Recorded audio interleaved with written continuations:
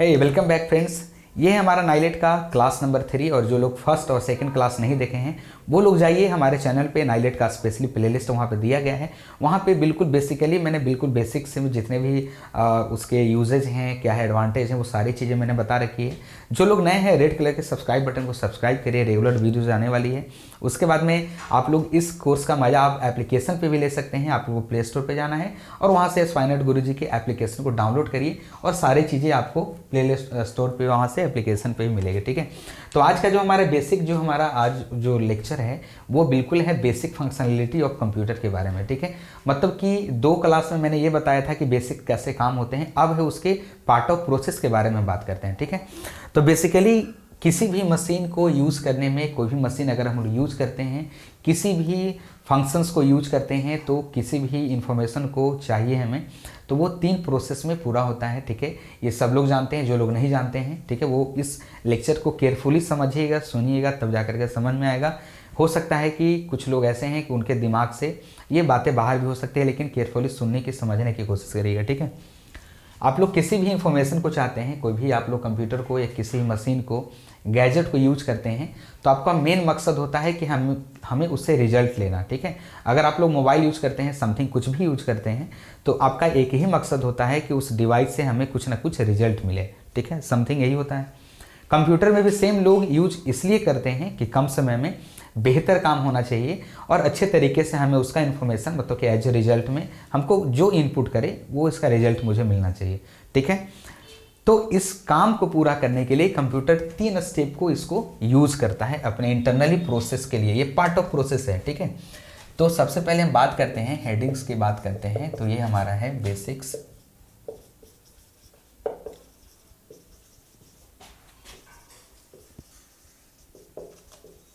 ठीक है, basics functionally of computer. ठीक है, अब ये बिल्कुल पार्ट ऑफ प्रोसेस है और इंटरनली प्रोसेस है, जिसे हम लोग कुछ प्रोसेस को देख पाते हैं, कुछ प्रोसेस को देख नहीं पाते हैं। ठीक है, तो बिल्कुल बेसिक से हम बता रहे हैं। ठीक है, सबसे पहला अगर हम लोग प्रोसेस की हम बात करें तो सबसे पहला जो प्रोसेस हमारे पास में आता है वो है इनपुट। दूसरा जो हमारा आता है वो है प्रोसेस, और लास्ट की अगर हम बात करें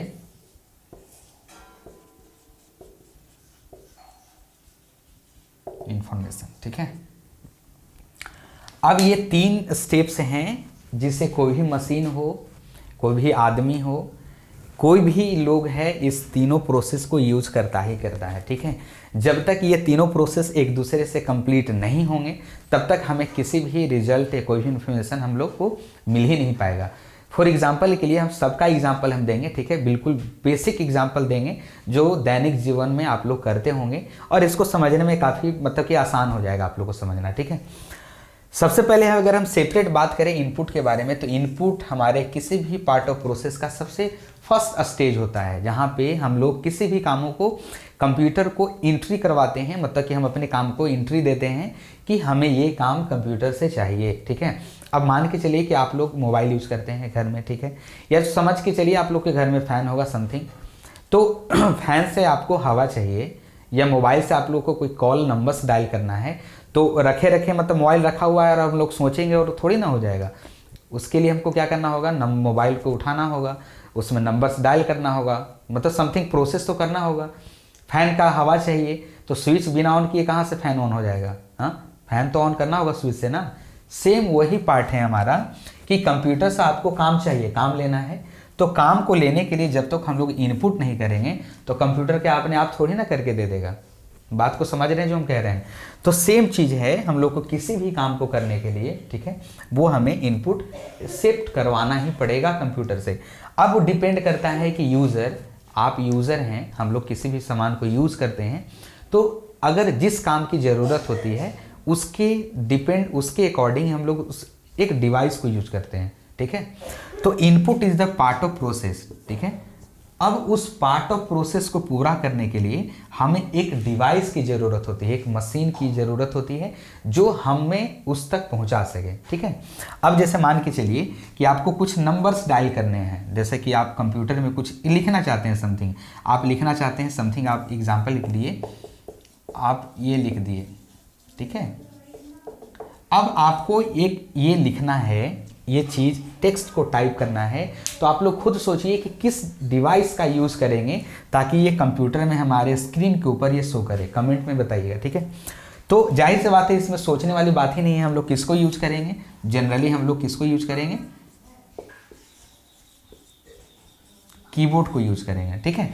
तो कीबोर्ड ही एक माध्यम हुआ कि इस टेक्स्ट को हमें कहाँ तक ले जाए, प्रोसेस तक ले जाए, ठीक है। मतलब कि हम किस न किसी डिवाइस को यूज कर रहे हैं ताकि वो हमारा जो काम है वो प्रोसेस तक पहुंचा सके, ठीक है। सिंपल, अगर हम लोग को चाहिए, मान के चलिए कि एक हमारा मॉनिटर है, ठीक है, हमारे पास में एक मॉनिटर है और इस मॉनिटर एरिया में, ठीक है, यहाँ पे कोई एक समथिंग कुछ ऑब्जेक्ट है, ठीक है।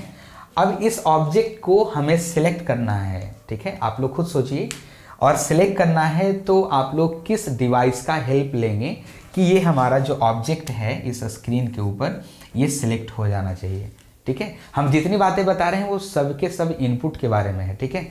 तो जाहिर सी बात है, इसमें सोचना नहीं है, सबसे कंफर्ट और इजी एक डिवाइस है जिसका नाम है माउस, ठीक है।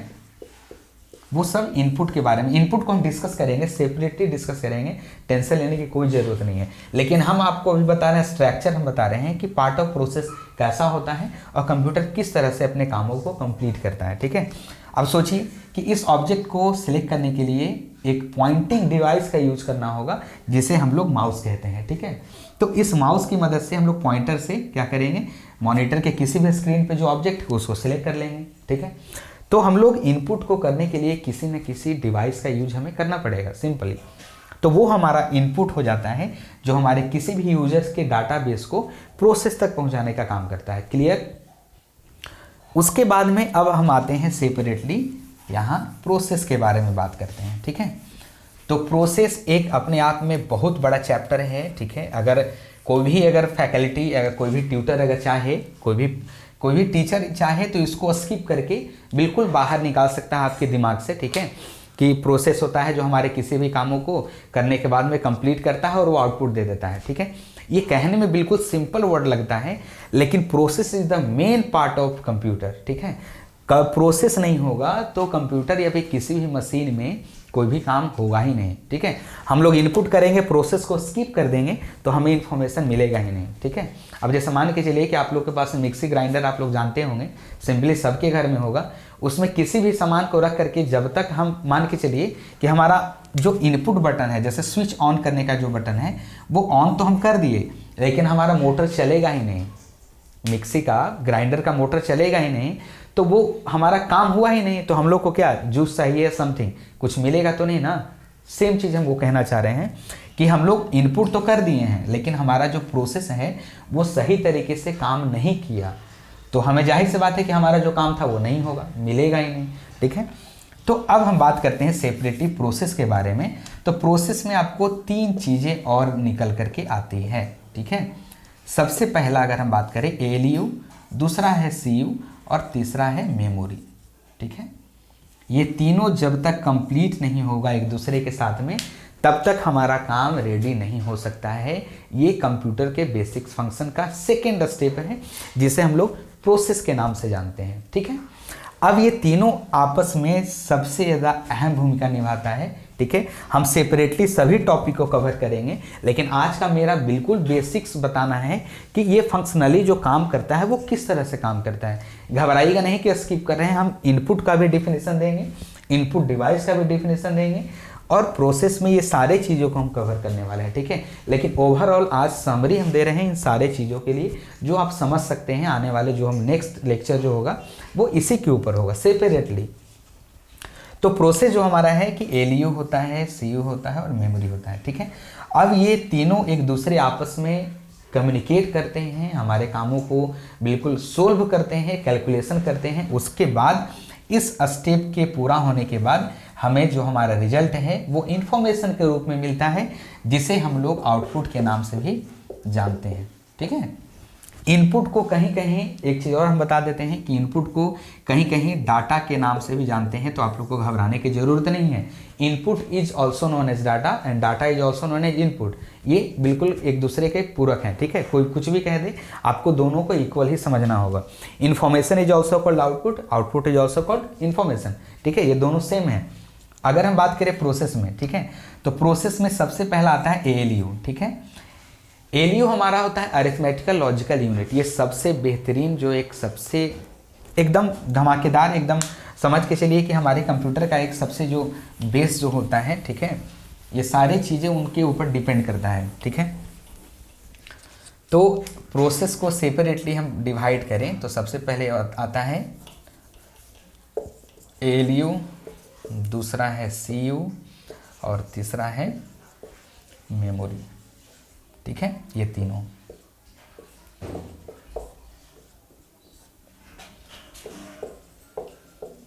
अरिथमेटिकल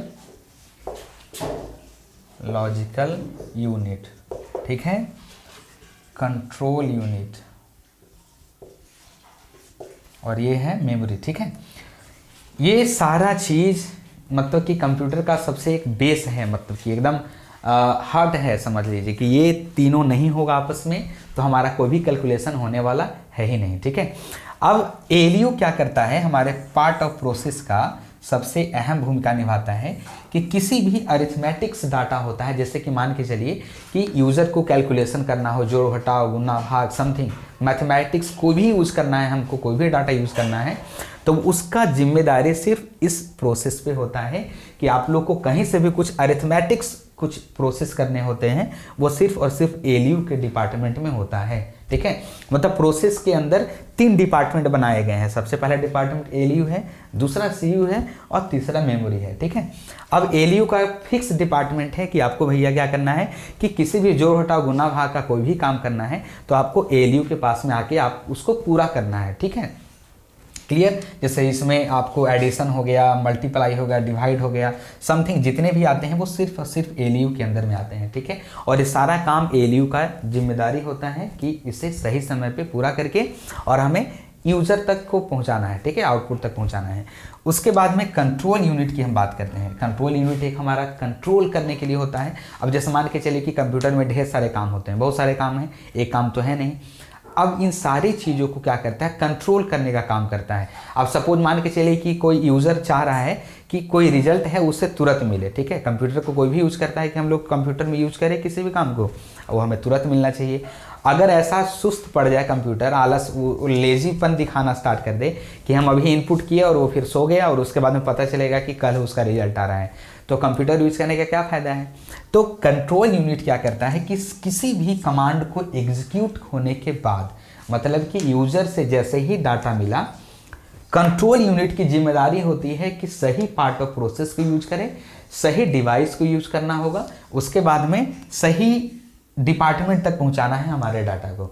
तो ये सारी जिम्मेदारी कंट्रोल करने का होता है। आप CU कंट्रोल यूनिट के नाम से ही आप समझ सकते हैं कंट्रोल करने का काम, मतलब कि डाटा को पकड़ा यूजर से और फटाक से दे दिया कहाँ, अरिथमेटिक का काम है तो इसके पास दे दिया। ठीक है, और स्टोरेज का काम आएगा तो मेमोरी के पास आएगा। तो ये सारा चीज़ एक सही समय और सही डिवाइस के थ्रू कंट्रोल करने का काम करता है। ओवरऑल कंट्रोलिंग पावर इसके पास होता है, जिसे हम लोग कंट्रोल यूनिट के नाम से भी जानते हैं। ठीक है, ये कहीं की भी घबराइएगा नहीं।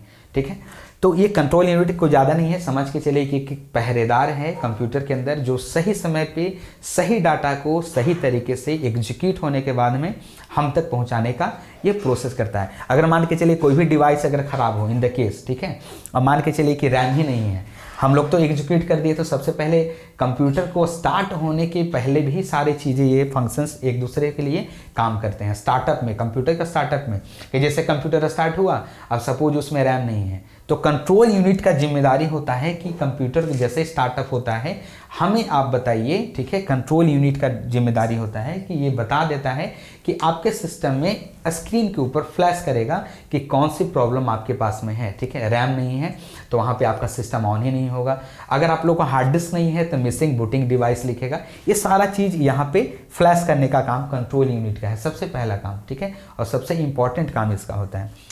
अब हम बात करते हैं मेमोरी के ऊपर, ठीक है। तो मेमोरी एक छोटा मोटा चैप्टर नहीं है। हम चाहते हैं कि मेमोरी आपको अच्छे से डिटेल में हम एक वीडियो बनाएं, सिर्फ मेमोरी के ऊपर आपको डेडिकेटेड वीडियो होगा, ठीक है। तो हम चाहेंगे कि इस लेक्चर में मेमोरी को स्किप करते हैं, ठीक है, और डिटेलिंग वीडियो हम नेक्स्ट लेक्चर में बनाएंगे। लेकिन ओवरऑल समझ लीजिए कि मेमोरी एक तरह का हमारे एक समझ के चले कि वो भी एक पार्ट ऑफ प्रोसेस है, ठीक है, जहाँ पे कंप्यूटर में आपको टेम्पररी या फिर परमानेंट किसी भी डाटा को स्टोरेज करने के, ठीक है, ध्यान से मेमोरी को यूज़ किया जाता है। मेमोरी भी बहुत तरह के होते हैं, ठीक है, परमानेंट होता है, टेम्पररी होता है, रैम रोम, बहुत सारे मेमोरी के टाइप ये सब होते हैं। स्टोरेज डिवाइसेस सब मेमोरी के अंतर्गत ही आते हैं, ठीक है। तो मेमोरी एक बहुत बड़ा एक अलग अपना एक चैप्टर है जिसको समझने में काफ़ी थोड़ा सा वक्त लगेगा, और हम नहीं चाहते हैं कि थोड़ा से मतलब टाइम में इसको स्किप करके हम निकाल दें। तो मेमोरी को ओवरऑल आप यही समझ लीजिए कि कंप्यूटर में किसी भी डाटा को सुरक्षित करने के लिए टेम्पोररी हो या फिर परमानेंट हो, ये सिर्फ मेमोरी के डिपार्टमेंट में ये यूज़ किया जाता है, ठीक है। अब आप लोग भी इंसानी दिमाग है, आप सोच के चलिए कि किस किस डाटा को कब समय पे यूज़ आप लोग करते हैं, ठीक है। कुछ ऐसे काम होते हैं जिसको मान के चलिए कि आप लोग कुछ याद रखना है, तो कुछ बात ऐसे होते हैं जो आप टेम्पोररी टाइम के लिए आप लोग को याद रहता है, और कुछ बात ऐसा है जो परमानेंट के लिए याद रहता है। कुछ ऐसा घटना हो गया जो आपको हमेशा तक याद रहता है। तो same as it is computer में भी वही बात होता है कि कुछ डाटा ऐसे होते हैं जिसको परमानेंट सेव करना है, तो वो अलग डिपार्टमेंट में अलग सेक्शन के थ्रू होता है, ठीक है। अगर किसी डाटा को टेम्पोररी टाइम के लिए ही यूज़ करना है कि अभी हम यूज़ कर रहे हैं, अभी तक चले, 1-2 घंटा 3 घंटा चले, या जब तक कंप्यूटर ऑन है तब तक हमें उस डाटा की ज़रूरत है, और कंप्यूटर ऑफ कर दें तो वो डाटा की हमें ज़रूरत नहीं है, तो वो सब टेम्पोररी के मेमोरी में आते हैं ये सब, ठीक है। वोलाटाइल, नॉन वोलाटाइल, ये सारे हम डिस्कस करेंगे वीडियो के बारे में। तो ये सारी चीज़ें हैं जो एलयू के द्वारा होता है, ठीक है, और एलयू अरिथमेटिक को संभालता है, कंट्रोल यूनिट ये सारे चीज़ें कंट्रोल करने का काम करता है, और मेमोरी हमारे किसी भी डाटा को परमानेंट और टेम्पोररी सेव करने का काम करता है अकॉर्डिंग टू यूज़र, ठीक है। उसके बाद हम बात करते हैं आउटपुट। तो आउटपुट को समझने में कोई बड़ी बात है ही नहीं, ठीक है। इस वाइट बोर्ड से हम लोग भी छुटकारा चाहते हैं। अगर आप लोग चाहते हैं कि अच्छे से हम एक्सप्लेन करें विथ पिक्चर विथ विजुअल, तो आप हमें डिजिटल बोर्ड के लिए डोनेट भी कर सकते हैं। स्टूडेंट हैं, समझ सकते हैं, ठीक है। उसको सेटअप करने में 2-2.5 लाख से कम का खर्च नहीं लगता है, 3 लाख का। तो हम यही चाहेंगे कि स्क्रीन पर दिए गए जो डोनेशन बटन्स है उस पर आप लोग जितना हो सके आप लोग डोनेट करिएगा, ताकि हम आपके लिए एक एक्सप्लेनेशन वीडियो हम आप लोग के लिए कंप्लीट आपको लाने की हम कोशिश करेंगे हमेशा, ठीक है।